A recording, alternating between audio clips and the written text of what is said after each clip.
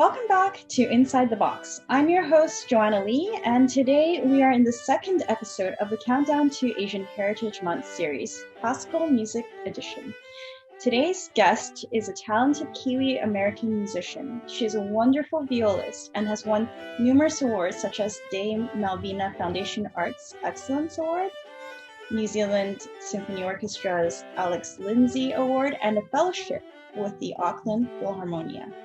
She has developed 2 musical outreach programs supported by the Richter Award for Musical Outreach and presented one of her 2 outreach programs at the 45th International Viola Congress in the Netherlands. In 2018, she was appointed as Houston Symphony Community Embedded Musician. I'm happy to present my friend and Kiwi-American violist, Alexis Sangbin Brown. Welcome, Alexa. It is absolutely wonderful to have you here today with us. Hi, it's so great to be here and have this conversation with you. Yeah, well, thank you. And I wanted to start off with your origin story and how you got to where you are today musically. Yeah, so I was, I guess you could say I had a musical family. My father plays the violin, still does, and still teaches. And so from an early age, I learned violin, and then soon after the piano. And then I didn't actually switch to viola until after getting my bachelor's degree officially, which I like to just pretend I'm a true violist all the way. But I did start on violin, and my father was my first teacher. So an early beginning for me. Yeah, no, that's really great. So during your academic career, what was the most significant thing you took away? Well, I kind of had a long academic career, kind of spaced. I mean, I've only got a master's degree, but I did my bachelor's at the New Zealand School of Music. I did an honors year in viola after that, so that was a 4-year in total program. And then I took kind of a little break to do the Auckland Philharmonia Fellowship, and then I did a certificate year at Penn State in Pennsylvania State University. That was a 1-year performance certificate in viola, and then I used that year to do my master's auditions, and then did my 2 years of master's at Rice University at their Shepherd School of Music. So I guess it's a little bit of a fairly diverse education. I haven't really done any study in Europe or anything like that, but I think one of the main messages is that your education is really what you make of it. And while certain aspects of location are important, access to performances and all that, you can really accomplish great things no matter where you are. So Absolutely. And I agree with you 100%. I mean, we did meet in New Zealand, and out of all the places, who would have thought, right? A Canadian and a Kiwi-American, and Right. And, at a fairly small school, but great things happened there. And then, doing my master's and certificates at larger schools, different things also happen in places like that too. But it's all really what you make of it. Absolutely. Thanks for sharing that. And, I really think that that's really valuable to take away, especially for those of you who are watching and contemplating on where to go to for university. It's really important, I guess, who you study with and what you can make of your experiences as well, right? Absolutely. So what was your most memorable performance? There have been so many, and for different reasons. So the more recent ones, at least through my educational career, have involved that Richter grant that you mentioned with my outreach projects. So that involves performing at a lot of underserved venues. So like retirement communities where there are often special wards, where there was a particularly memorable one where I performed in, I believe it was the Alzheimer's ward, where they had, they were suffering partial memory loss and other issues of that nature. And a lot of the residents there, after I played, had really wonderful things to say about music, and some of them about how it reminded them of their childhoods and things like that. And just getting those details was really, really wonderful.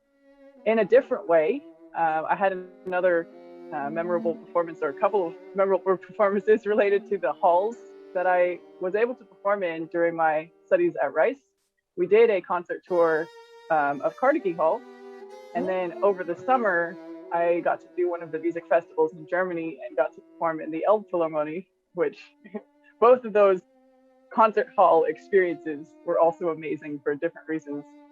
So there are memorable performances all over the place. And the CEM work with the Houston Symphony kind of continued more in that outreach vein. And so there were similar experiences in schools and homeless shelters and other, kind of similar to the retirement communities, venues like that as well, just moving people on an individual level like that.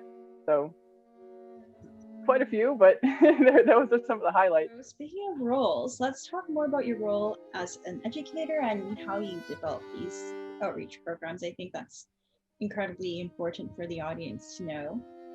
Yeah, thank you. So the very first one was actually inspired by my time and partial heritage in New Zealand. My dad grew up in New Zealand for most of his life, even though he was born in England, so it's also kind of a transplant. But and they live in New Zealand now, my family. And when I came to study in America, I had learned several pieces of the New Zealand viola repertoire. And of course, these are pieces that people don't really know outside of New Zealand.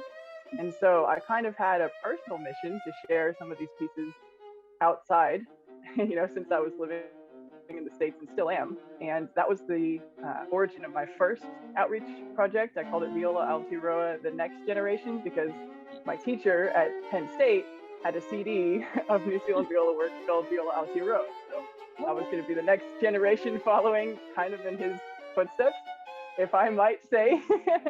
Cool. And so that's how the first one started.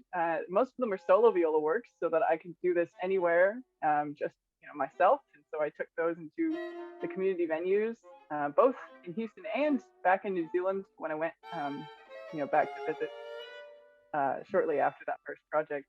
And then the second one was kind of modeled the same way, just with solo viola repertoire that takes from other genres of music as well as classical. So some of them are kind of like fiddle inspired or Celtic inspired. There are some that are more rock music inspired. And really that was just because those things are fun for the audiences to listen to. And then it also enables me to tell the stories of the music and the composers in a really relatable way. And so that's how those came about.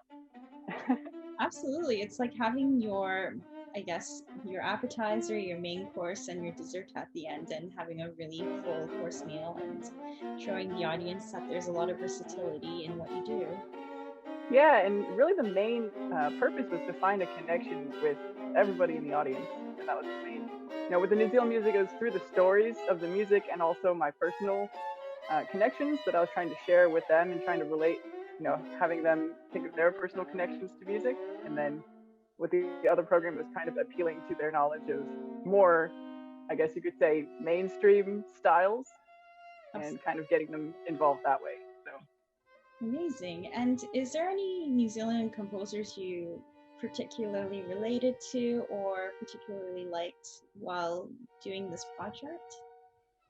Yeah, so the pieces I would perform the most often, well, I mean, there were a lot, but I really like Martin Lodge's Pacific Rock because it's both New Zealand and it's also kind of rock inspired. And I might share a little recording of that at the end of this actually, so your listeners can hear it. And then there was also one by Jack Body called Aeolian Harp, and it was very relaxing. It was a piece entirely in harmonics. Yes. So extended string playing technique where it sounds like whistling in the wind kind of vibe, and it's very, very calming. And so those are really powerful pieces for the audience in two very different ways. Pacific Rock is very energetic and kind of high strung, and Aeolian Harp is very, very relaxing and soothing. So that's cool. So it sort of has a range of emotions and different sort of temperaments. Absolutely. Amazing. What are your current roles today?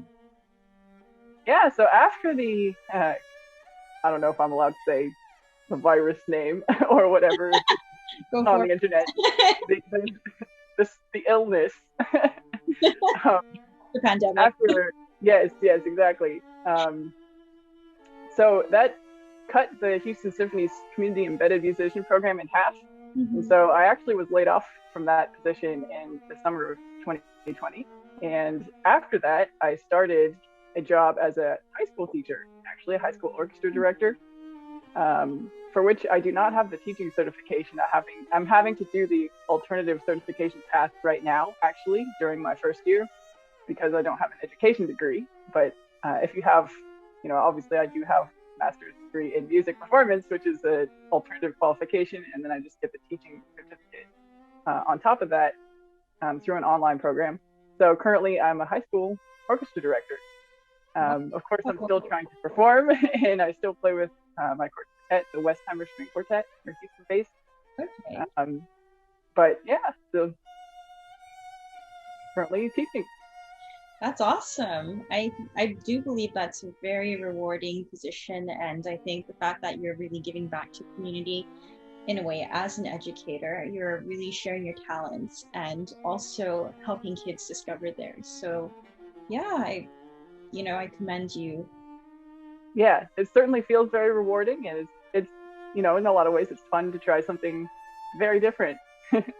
Absolutely. Being in the position of both student and teacher, how should we approach teaching and educating others? I really believe that getting to know your students is so powerful, especially during and following this year as a full-time high school educator. The students really appreciate that you care about them as a teacher. And I do think as a student, you can feel that from your teachers as well, when they really care and have a level of empathy, as well as obviously trying to push you towards success and improving, beyond the realms of possibility that you might have come in with. But I really think that level of empathy is possibly getting, more important than ever with the current events and all the, tough situations many people have been put in. So I think that's, at least as of right now, my main focus and takeaway. Yeah, that's a great way of putting it. And you have multiple roles as a musician that performs and also educates. How do you juggle those roles, and how do you prepare for the concerts while doing those roles? Yeah, so during this time, there are much fewer active performing engagements. So the pace of that has slowed down, which helps in balancing those things. Yeah. But even before life became more like this, I did have private students. And so there was always a teaching aspect to my life. I think being a performer is a huge strength as a teacher, if you want it to be, because you can demonstrate what most of the students want to achieve. Most of them start because they enjoy some aspect of music and performing. And so being able to demonstrate that at a consistently high level for students is really inspiring and helps them know that, it's like, this is what we're trying to help you achieve here. And I'm going to try to pull you along with me to some extent to say, hey, this is what you could do. This is what I'm trying to teach you to do or guide you to do. But also, everybody has to balance these things. Students have to balance it too, because they've also got other things in their lives as well. So there's always a balance, and demonstrating that balance as well as a teacher, I think, empowers the students to know that they can also achieve what, the performance goals that they have. Absolutely. And making sure that you help them achieve those goals, it's incredibly important to do so. Mm-hmm. Yeah, well, thank you for sharing. Speaking of mentorship, what would you tell young artists who are like-minded and striving to be like you or pursue a similar career path to yours? I would just say, keep on going. Really, the most important thing is find a way to keep on doing it. Mm-hmm. I, in my path so far, have had to do various unrelated to music jobs to pay the rent. In my time in Pennsylvania, I actually worked at a Panera. Oh. That's how I paid the bills, because there wasn't a lot of, it was a very small town, so there wasn't a lot of music related opportunities. I did play with all the community orchestras, but still, I had to supplement. And so And many, this is popular story of the starving artist doing, waiting tables and all that Yeah. stuff. I would just say if you're really passionate about it, push through that, and there's no shame in doing that. And if you really love it, you will keep on going. And I urge you to keep on going because of it. Just don't give up. If you keep on persisting for long enough, you will succeed in some way, and you can find happiness in any level of success if you're doing something that you really enjoy. So, keep on going when it gets tough. Absolutely. So I would love to hear your thoughts on the classical music scene today, or I guess therefore lack of. What measures can we take to sustain the arts? I think performing as much as safely possible as things get more and more open. I have a couple of, the CEMs that are still part of the Houston Symphony program are currently trying to do some outdoor performances. I know their last one got rained out, but just things like that. And my quartet is planning to do a live stream. And, it'd be great to see if we could do something outdoors as well and just kind of make it open to the public and, try to reintroduce the idea of live performance and enjoying music that way. So I really just think getting it out there as much as we can in a safe and friendly way is the way to kind of reignite that spark. I think that's the starting point. Yeah, I remember actually performing with you, and I felt that, speaking of sparks, I felt like there was one when, we did our little quartet thing. I know you were on the violin back then, but I would love another opportunity to actually perform with you once this pandemic. Yeah, I still remember that. It was definitely really fun. Yeah, and maybe we can, I don't know, play some Dvorak, because I know Dvorak was a real devout violist. Yeah, I was gonna say it'd be great to play that again and get to be on the viola part. Yeah, absolutely. So moving on, do you mind sharing your thoughts on auditions and competitions? Yeah, so again, the most important thing is to just keep on doing it. I've done countless auditions already and plan to keep on doing as many more as as they come up, and really just each audition and competition and anything that you can apply for is a learning opportunity, and you get what you put into it. So even just structuring your schedule so that you're preparing for these events really helps you grow as a person and musician. I think in any field, not just music, but giving yourself those kind of imposed deadlines, and then also at an audition, it's really a great opportunity to just play freely, because it's not practice at that point. You're actually playing, for somebody, and you can kind of, it's just different, and it's really hard to replicate when you're not actually doing it. I know we're all having, supposed to do mock auditions for friends and things. It's just not the same. And so I just think that those learning opportunities are so valuable, and we should take all that we can. Yes, you are absolutely right in this. Speaking of success, what is your regimen in successfully preparing for auditions? So the goal is to be very organized and to have the time blocked out so that you can cover everything that you need to cover and feel good about everything. In my experience, I did a lot of auditions while I was studying, and so oftentimes I would feel like I did not have enough time. Yes. To get very specific, sometimes I would get to the end of the school day and then have to practice and then just be so tired that, it was just very difficult. And so in those times, I would do slow practice, which I think carried me a long way. Yeah. I haven't successfully, so I got the Houston Symphony community embedded musician position, but before that I'd done, probably at least 20 auditions, and obviously not one position at that point. Yes. But I have never been cut off, which is nice, and I have advanced several times. So I think the slow practice really took me a long way. And then also the fact that I was doing so many, it kind of kept the trajectory of learning going upwards, even if the preparation for each one didn't feel totally complete. And now that I'm, older and hopefully growing wiser, I can prepare even more in an organized way. And I do also think that recording yourself and taking notes, like at a slightly later date, is very valuable too. And not something I utilized enough back then, Yes. and will be using more in the future. But yeah, those are just some of the things. Yeah, you're absolutely right about that. I think utilizing what you've learned and learning in the process is often the journey we should just take, and be positive about it, I would say, just to add onto that. Another area where, yeah, you just have to keep on going and keep on learning, and I know it's discouraging on the day when you reach your stopping point, but it's not, there's always another one. So it's momentarily discouraging, but then we learn and then we prepare for the next one. So Absolutely, and you have nothing to lose, even though you don't get the audition. You have nothing to lose because you really had nothing, right. So it's, if you don't try and put yourself out there, you would never know.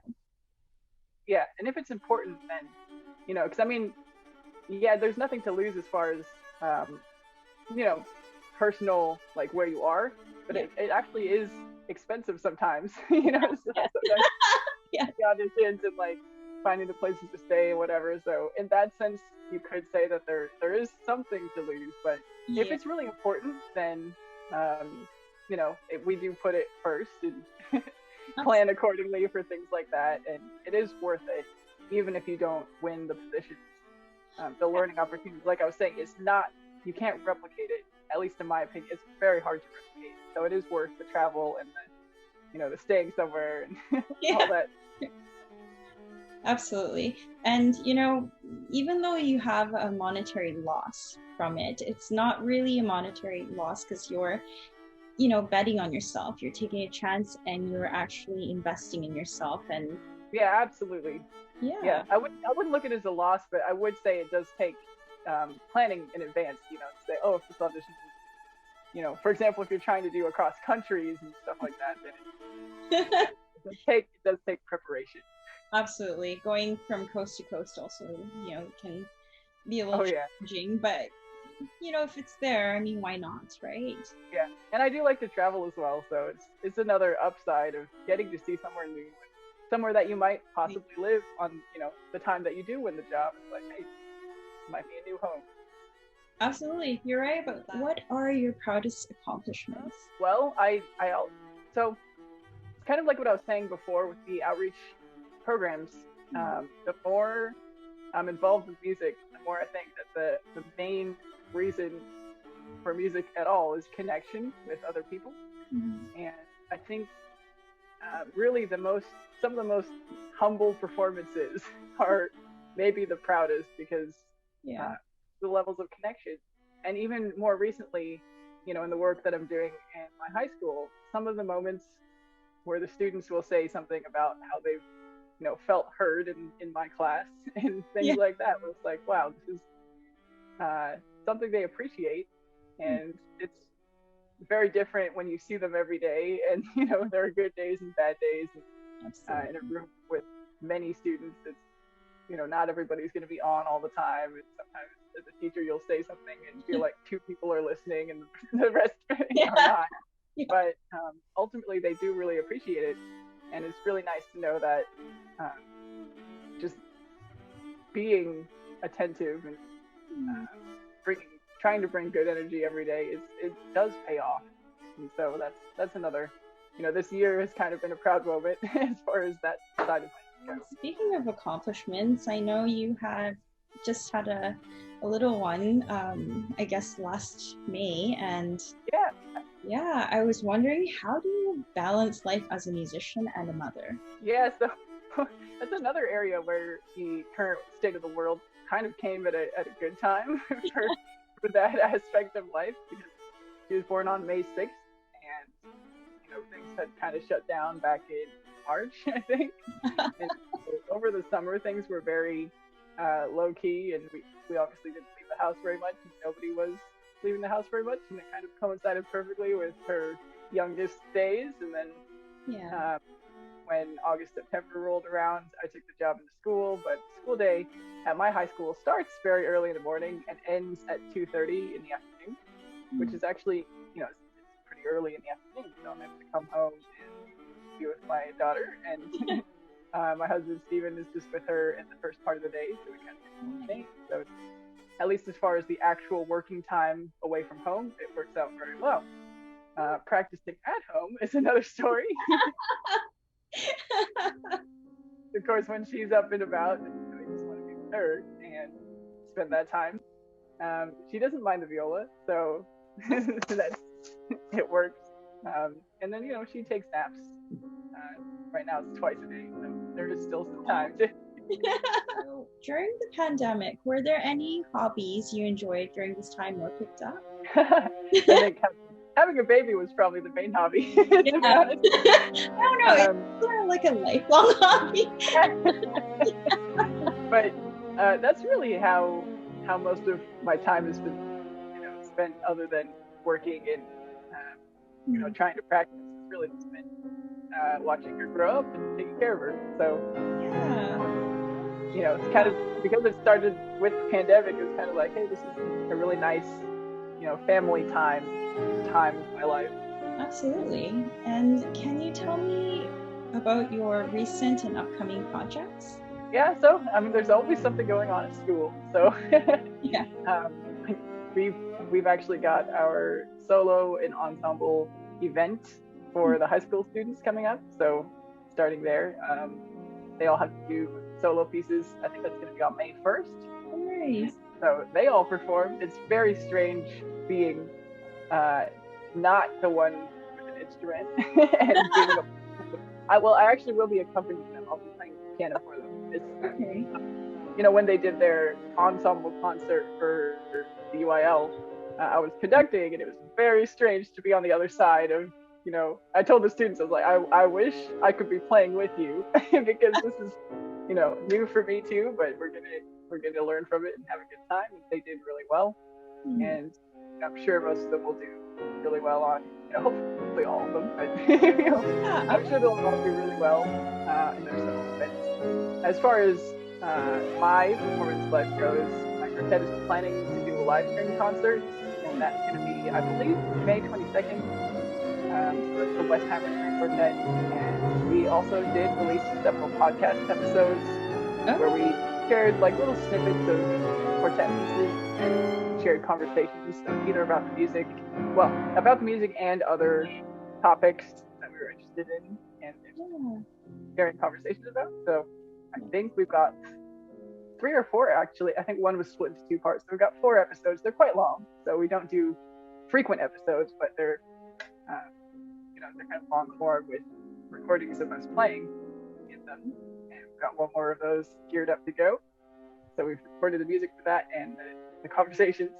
And I'm always trying to extend, my own personal solo playing as well. So I'm actually kind of preparing for the entry to the Proudest competition.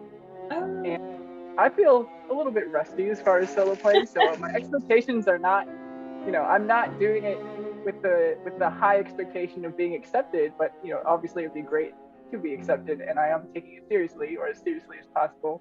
Yes. I'm really trying to polish that repertoire. That's amazing, and we'll have to see what happens. Yeah, we'll have to definitely share your links on the podcast and any live stream performance coming up. I think that's really important for the audience. And, I wish you all the best for the competition. I'm sure you will do really well. And yeah, thank you. It's definitely an opportunity to challenge myself because, there's always multiple ways to approach competition. Yes.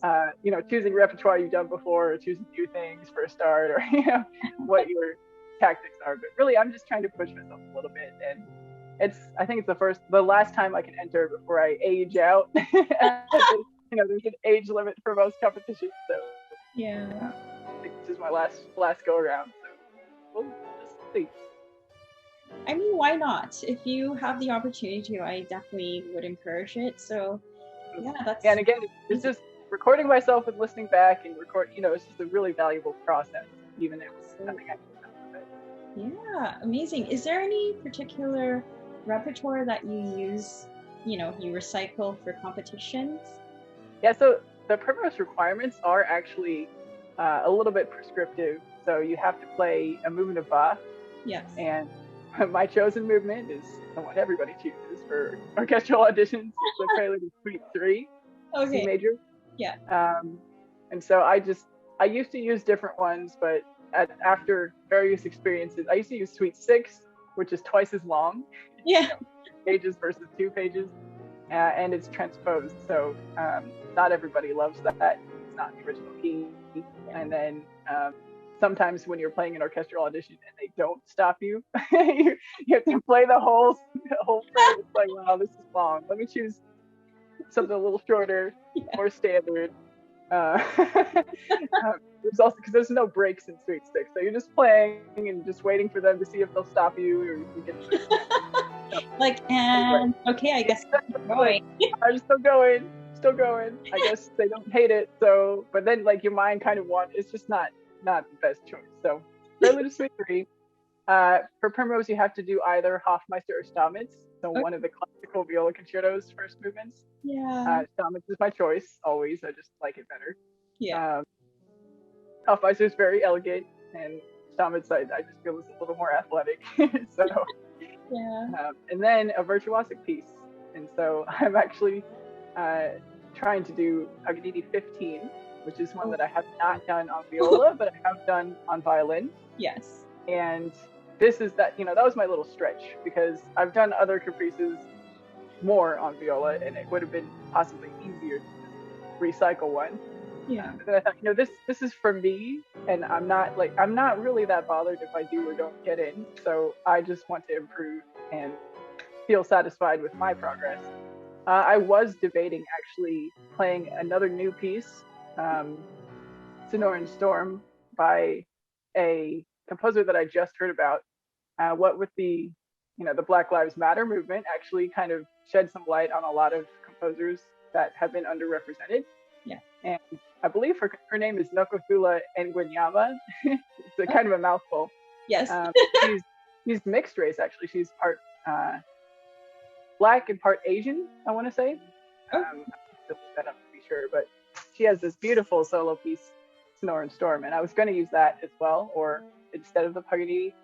I'm still learning that, and so it might end up being a toss-up as to what I actually apply with, but yeah, so it is somewhat prescriptive with the Bach, classical, and then whatever virtuoso piece. So. Yes. Amazing. Well, thank you for sharing that. I mean, that's a lot of tough repertoire you're pursuing. So yeah, I really admire that you're doing it. I mean, it feels like it's good for me. So, like how people do marathons and triathlons and things. And really, it's not about the competition or about, if it were a marathon, I don't care how fast I do it. I want to do it. So if I successfully apply, then that's enough for me. Yeah. The preparation is the reward, really. Absolutely. And that's a great attitude to have. I mean, a lot of people, instead of thinking about it as, I have to win, it's more like, this is a great opportunity for me to, improve myself and to discover the new things that I can do during this time. Yeah. And it's actually, thinking about it, the application for a competition is kind of already the competition. Absolutely. So, yes, it is. In some ways, anybody applying can say that they're doing the competition because it's already, as soon as you've sent in a note, you are in the competition. So, forget this applying for the competition. I'm doing the Primrose competition. Yeah. I'm just, this is the first recorded round, and we'll see if I make it through. But so, anybody out there who's applying for anything, you're already in the competition. I think a lot of people, musicians struggle with the, oh, am I even good enough to try kind of attitude. But so I think, I think we can all, try to grow out of that in our own personal way and say, you know what, I deserve to enter and be, considered. I was going to say compared, but I don't think that's the best way to think of it. But, everyone deserves the consideration of being heard. And so I think we can give ourselves that,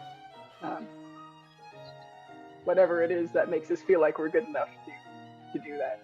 Confidence boost and Absolutely, you're right about that. That was very well said. With the way of the world today, as musicians, how can we bring in cultural diversity and openness to society? Yeah, so we actually just released our quartet podcast on diversity of music. So maybe that would be a good thing to link because we had a conversation about that. Yes. And it was a really rewarding conversation, even just among the quartet. We were exploring that very topic of how to incorporate more diversity. One of the sentiments that stuck with me after the conversation was that historically, when people are different, it's kind of viewed as something to be afraid of, or something to exclude, or something to separate, or something, alienating. And I think going forward, the approach needs to be the exact opposite. So, we see something different, we need to include this because that needs representation so that we have a cultural whole. It's not like this is the culture and this is the different part, so we're going to put it over here. It's like, no, this needs to be a part of this. And so, it's like the voting rights, for example, even, women and other races getting the right to vote is you're different, so you can't be included in this vote. It has to be, no, you're different, so you need a voice in this whole so that you're represented. And so I think for anybody in any field, it's going to take, at least at the beginning, seeking out those underrepresented voices and making sure that you do feature them and learning, because in some cases, there have been a lot of conversations about this in all fields. So I think a lot of learning is happening as a collective culture, which is fantastic. Yes. But I think all of us personally can learn from these other examples of art and culture and even just ideas from people with different views to ourselves. So if we explore those art forms as musicians that come from other voices, then we learn this is what their life might look like, or this is what has shaped their life, this is what they're sharing based on their experience. And we can get a little bit of a window into that, which just makes us more complete as a person. Personally, we just are more aware, which I think is such a valuable thing. So in a practical sense, so to summarize, finding examples of underrepresented sources, for us music, and kind of experiencing them for ourselves and also sharing them with other people who may or may not have seen that before. You're absolutely right. And that is a great way to just, have those people who are undermined be heard and to be well represented. Often society isn't fair, especially to minorities. But if we really open up our, palette and open up our thoughts and our minds, then we can also learn from that. And I think this is a great, obvious learning experience we can make of it. Yeah, so it's like conscious empowerment, and then also accepting that some of the reasons that we might not identify with something is just because we're not familiar. So Absolutely. Getting that familiarity. And getting out of your comfort zone and, be willing to be educated. Right, yeah. And then not being, it's not being afraid, because you can't totally control that, but recognizing that fear as a response that you don't have to let control you.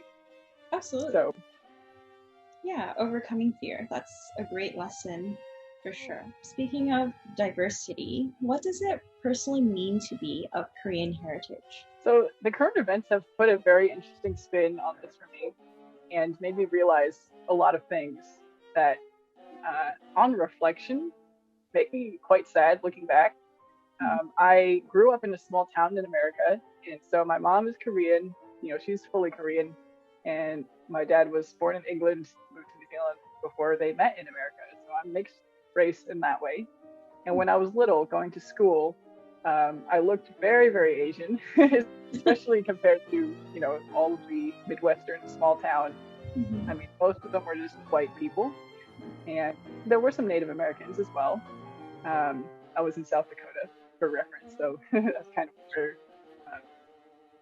near Sioux Falls, where there were more of that population. But anyway, I was one of the very few Asians in my school, and I did often feel alienated, and it was very confusing for me being partly Korean because, sometimes, I mean, the other kids and sometimes even the adults would look at me as fully Asian and kind of, I don't really know how they would treat people differently. It's a very complicated dynamic when you're a kid as well. It's like difficult to do. But yeah, sometimes I would get made fun of with Asian stereotypes, and it was very confusing. Mm-hmm. I'm not Asian, and I'm not fully white, and so I didn't know where to turn as far as what, how do I even answer that? Do I respond by being more proud of my Asian heritage, or do I respond by trying to be less Asian and trying to relate to them more by being more white, which is what I chose to do because I felt more safe doing that. It wasn't a conscious choice. It was just a case of, well, I'm being made fun of for being Asian, so let me just lean into the white side. And this is one of the things that I'm the most sad about. I refused to learn Korean after a certain age, and I think it really hurt my mom, first of all, so I'm really sorry about that. But I just don't feel like it's just not right that a child in my position was made to feel like it wasn't safe to know Korean at school. I was getting made fun of for that. And so that's just something I find really sad now looking back. And so I hope we are continuing to progress so that people who are mixed or of different races can be proud of their heritage and not feel like they need to blend in or hide anything. Whoops, losing one of my earbuds here. It's all good. But yeah, so it's been a journey for sure. And as long as, we just need to keep moving forward is the bottom line there. How should we address bullying in these sort of scenarios? How should the education be more aware of it and help, the person that's not being heard, the person who is being bullied, and how can we advocate for that more? Yeah, so I think it takes a lot of awareness and a lot of, again, empathy and being willing as, if you're the educator in the room or, the more mature person in charge, whoever, because to some extent, because for me, I'm talking about when I started school at the age of 5 and 6, you can't expect the kids to know everything and to know better in a way. They're just exploring their own views on the world at a very young and immature age. So as a teacher in that scenario, or as a person who is, or supposedly would be more mature, I think it's up to us to create that community in our room, our environment, our classrooms, or our schools of acceptance and of cultural pride to some degree, in a positive way, not an exclusive way, but like a very inclusive way, to say every voice is valid and every part of somebody is acceptable. It's not like you have to blend in to be safe here. This is a safe environment for everybody. It is tough to navigate sometimes because stereotypes are all throughout society, and it's, even people of a certain race make stereotypes about themselves. It's just like a very tricky thing to navigate because it's not meant to be negative. It's not supposed to be, putting people down, but in some ways it still is compartmentalizing people into boxes that they might not want to be put in, or, because nobody has a choice about what race they're born. No. And so that's why, or gender, or any, if you're gender non-binary, or nobody has that choice. So it's important that all of these things are accepted and that's a known fact. And so I think we just need to make that the new normal for everybody, whether it's people in their own households or in their own communities or in their own places they go, schools and churches and classes and other places, just making that the new normal all across the board would be great. You are absolutely right about that. And I believe, it's also important to teach children to be kind. It doesn't matter whether you're white, Black, Asian, we're all in the classroom together trying to have that one purpose of learning. And learning isn't just about academics. Learning is about life, and learning that there are differences in, ethnicity, race, and, sexuality and whatnot. And I believe diversifying is the word that we often, ignore, because it puts us in a situation where we want to do something that we're more comfortable with. You echoed it really well. Fear is what keeps us from, having that openness about others and learning about someone else's culture. So I think it's also important to implement that there are different cultures. I mean, I also grew up in the elementary system where there weren't a lot of Koreans, and it was tough because they would associate Koreans with being the same as Chinese. And right, and that was something that I was grappling with recently, actually, because it's a terrible thing that somebody, a 5-year-old Korean has to say, wait a second, I'm not Chinese, but at the same time, it's not a bad thing to be Chinese, but it's not. So it puts you in a very tough position for, somebody of that nature. And it goes for any race, if somebody looks like they're from somewhere and isn't, it's just very confusing when you have to say, actually, I'm not this. And in some ways, I know when I was a kid, people would assume that I was Chinese, and I would have to say I'm not Chinese, and it felt like I was defending myself, which is terrible, because it's not bad to be Chinese. No. And it shouldn't be. I shouldn't have to feel like saying I'm not Chinese is defending myself. It should just be, an easy thing to navigate, but it wasn't, and I think to some degree it's still not today. And so, yeah, I do think that becoming comfortable with exploring other cultures is so important, and is really what we need to change the climate of our culture into something that's more accepting, and, being exposed to all of the different wonders of the world. Yes, definitely. And I think we can do that in classical music as well, to diversify. I think you echoed the sentiment quite well, because we should be performing from composers that are not just Beethoven, Bach, and Mozart. We should be celebrating diversity in the classical music system, because I think that's something that we also neglect quite often than not. Right. And I think, there are, I believe, statistically less examples of music by marginalized populations, but I also think part of the reason for that is because of the exclusivity historically of these things. Yes. So the only way we start to fix that problem is by actively including. So I think it has to be a huge priority in all aspects going forward. And any resistance, I do feel like, comes from not being comfortable or familiar. And to break that barrier, we need to showcase it more so that we get comfortable and familiar. So thank you so much for sharing your story. I really appreciate it, and I appreciate you, and who you are. It doesn't matter who we are as an ethnic background, but who we are as human beings. How is this Asian Heritage Month? So for, again, going back to my job and my work with my high schoolers, we do plan to have an end-of-year concert, and we are consciously programming it to be as diverse as we can. So it's very important for the students to have examples from people like them. And I work in a high school that's predominantly Black and Hispanic.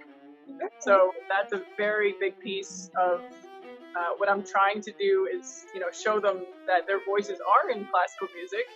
Yes. And they're, just as valuable and just as, their music is just as good, basically, as the stuff that's commonly performed. So we've got some Florence Price on our program. We're playing one of the Chevalier de Saint George, Joseph Boulogne, one of his symphonies, just arranged for strings. And then we've got some a Hispanic composer as well, with a piece that's actually called Diversity. So that's, fitting, I guess. And then we've got an Asian American composer as well. And, I'm trying to it does take a little bit of going out of your way to find these things sometimes, which I hope will become less, I hope it will all become more mainstream so that it's just more accepted, and that these pieces will be on the music lists, for schools to perform in competitions and things. And, same for other competitions internationally for more professionals at all levels. I do think, for example, the Primrose competition does have now a category where you have to perform something by an underrepresented composer. That's so excellent. Things are already slowly starting to change, so that we will see these shifts. And basically just consciously showing my students and the people that I have contact with, if I wasn't teaching in a school, it would be trying to reach people in the community, examples of Asian heritage, and really in a positive light, obviously. Anytime you want to showcase the excellence of the races and the people behind the work, really all the time with everything you do as a musician. So absolutely. That's a really awesome way to celebrate Asian Heritage Month. Thank you so much, Alexis, for joining us today and sharing your story. It was absolutely delightful to have you here today. And for those of you watching, thanks for tuning in. After this, there will be a wonderful performance of Alexis, and you will not want to miss it. So please enjoy. Don't forget to hit the like button, subscribe, and hit the notification bell. In the meantime, please be well, practice safe social distancing so we will be healthy enough to attend future concerts when the time comes. Take care.